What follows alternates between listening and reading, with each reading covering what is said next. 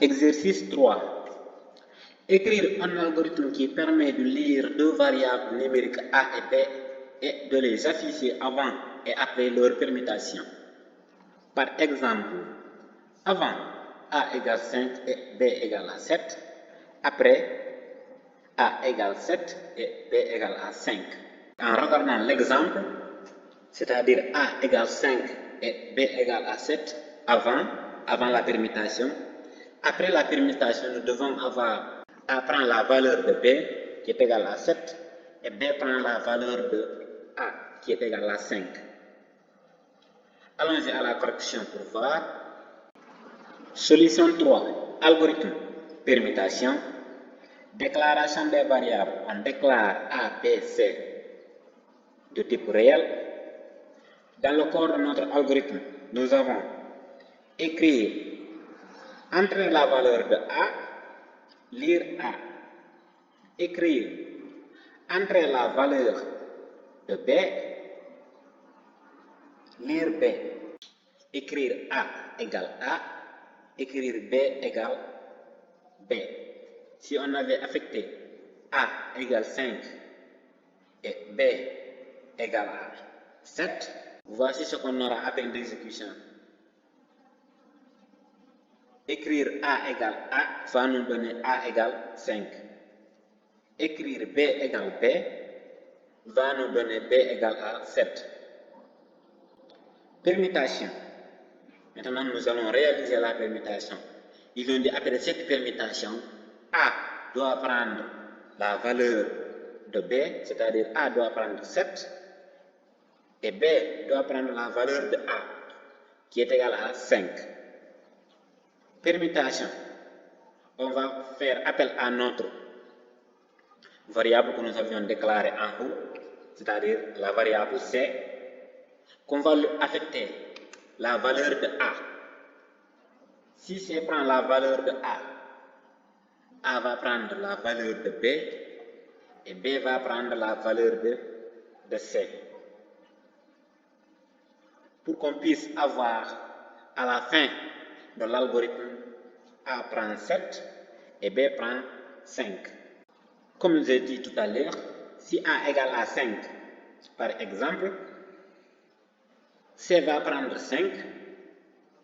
Comme B c'est égal à 7, A va prendre B, donc la valeur de A qui était 5 a été écrasée et a été remplacée par la valeur de B. La valeur de B qui était égale à 7 a été écrasée et remplacée par la valeur de C, sachant que la valeur de C, c'est la valeur de A. Donc, à la fin de l'exécution, c'est-à-dire l'affichage de écrire A égale A, écrire B égale à B, après permutation, nous aurons A égale à 7 et B égale à 5.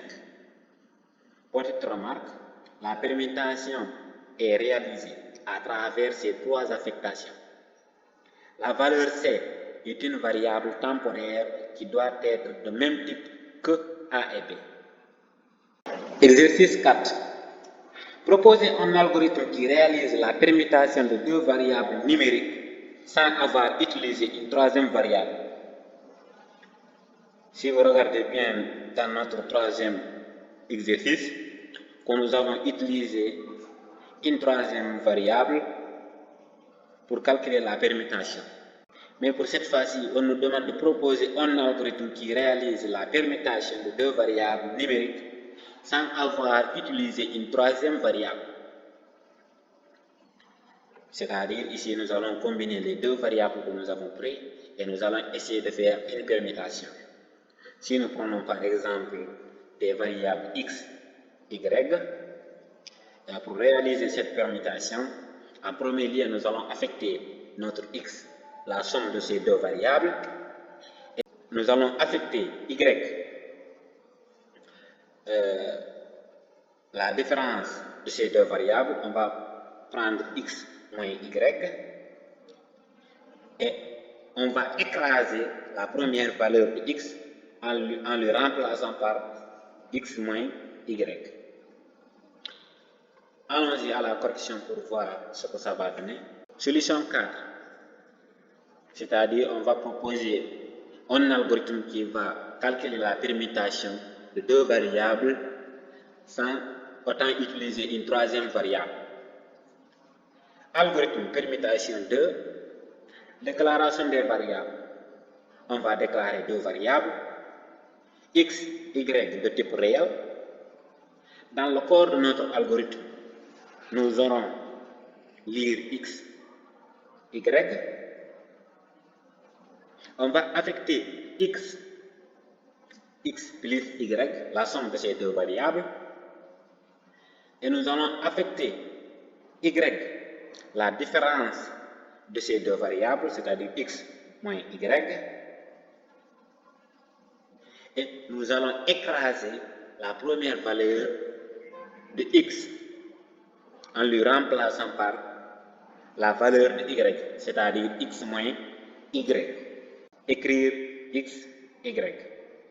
Après l'exécution de cet algorithme, si par exemple x était égal à 6 et y était égal à 4, alors sur l'affichage, nous aurons y qui sera x moins y, c'est-à-dire parce que x c'est x plus y, nous aurons 10 moins 4 qui sera 6.